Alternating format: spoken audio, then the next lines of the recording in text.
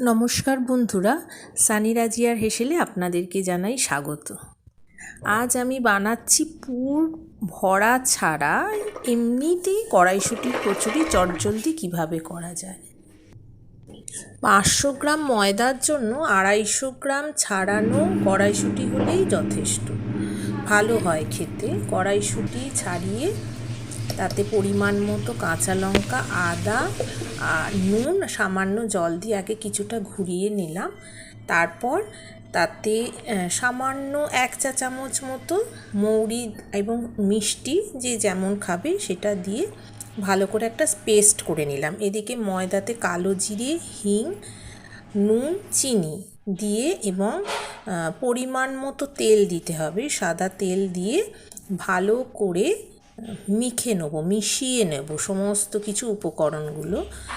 এবং মুঠো করে ধরে যদি দেখি যে বেশ মুঠো হয়ে যাচ্ছে ময়দাটা, তাহলে বুঝবো যে ময়ানটা ভালো মতো হয়েছে।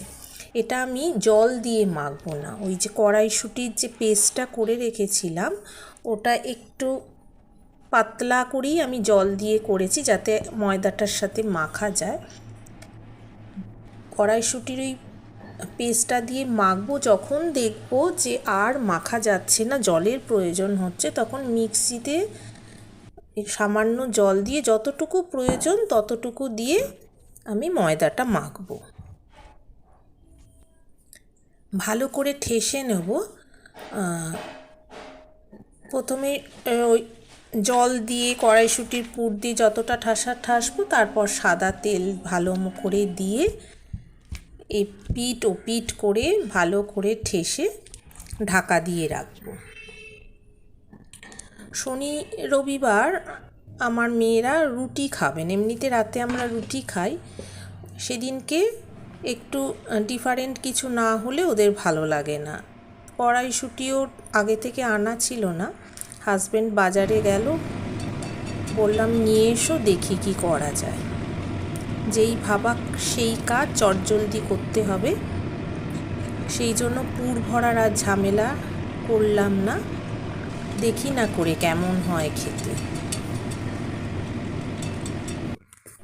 মন্দ হচ্ছে না বলুন।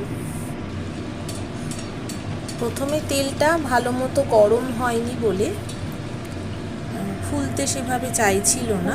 পুরের মতো যে লুচির একটা যে ফোলা ভাব সেটা হয়নি। তারপর তেল গরম হতে হয়ে গেল।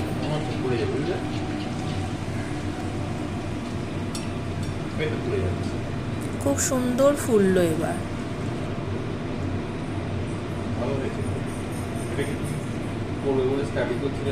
না, খেতে কিন্তু অপূর্ব হয়েছিল, বোঝাই যাচ্ছিল না যে এটা পুর ভরে হয়নি। যাদের হাতে সময় কম তাদের পক্ষে এটা খুব সুবিধাজনক, আমার ক্ষেত্রেও তাই। একা হাতে সব কিছু করা খুব ভালো লাগলো।